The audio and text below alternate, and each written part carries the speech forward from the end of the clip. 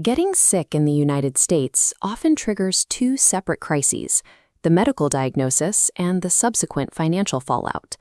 For working-class Americans, out-of-pocket costs function as a relentless weight, turning routine healthcare into a primary driver of household debt.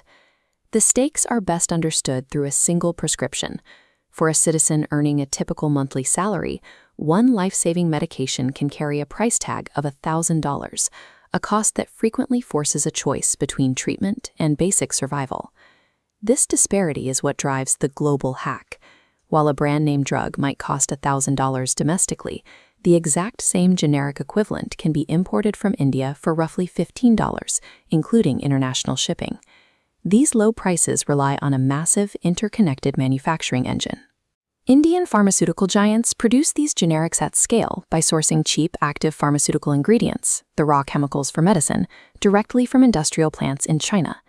This global supply chain is the target of Donald Trump's newly proposed 200% tariff, aggressively taxing foreign manufactured generic drugs at the border.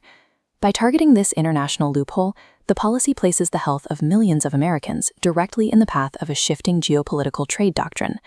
The administration's core argument is that the American consumer market has been inadvertently fueling the economic rise of Asian rivals.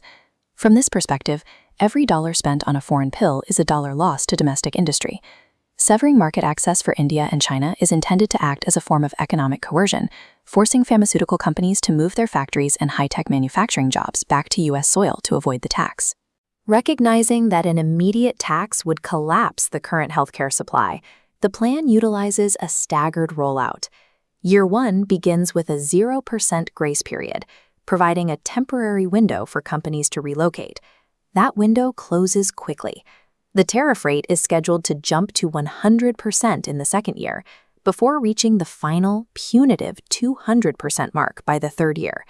As cheap foreign generics are priced out of the market, American Pharma emerges as the primary beneficiary of the resulting vacuum. Without the downward pressure of foreign competition, these domestic corporations can maintain their high prices with total immunity, knowing patients have no other legal avenue for affordable medicine. This policy functions as a state-sponsored protection racket, effectively shielding pharmaceutical monopolies from the natural price corrections of a global free market. The disruption involves a trade pipeline of immense proportions. India currently serves as one of the largest pharmaceutical suppliers to the United States, moving massive quantities of medicine through our ports every day. Tens of billions of dollars are at stake. The entire economic model of Indian generic production is built around the high-volume demands of the American consumer market. This scale makes diplomatic tension inevitable. U.S. officials have already signaled that the Indian government is expected to raise serious objections as the reality of these trade barriers sets in. For the consumer, the math of a 200% tariff is devastating. A $15 pill arriving at the border instantly becomes an unaffordable luxury when the tax is applied. The expectation that Big Pharma will build brand new U.S. factories to produce low-cost generics ignores the corporate incentive structure. It is far more profitable for these firms to simply let the generics die and force patients back into the $1,000 brand name system.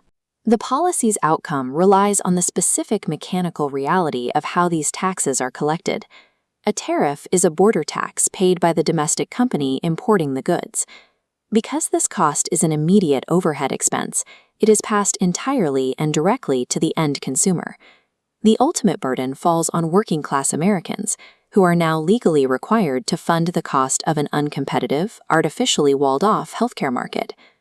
Dismantling a deeply integrated global supply chain with the sledgehammer of tariffs risks bankrupting the most vulnerable citizens at home, while the intended foreign targets remain insulated.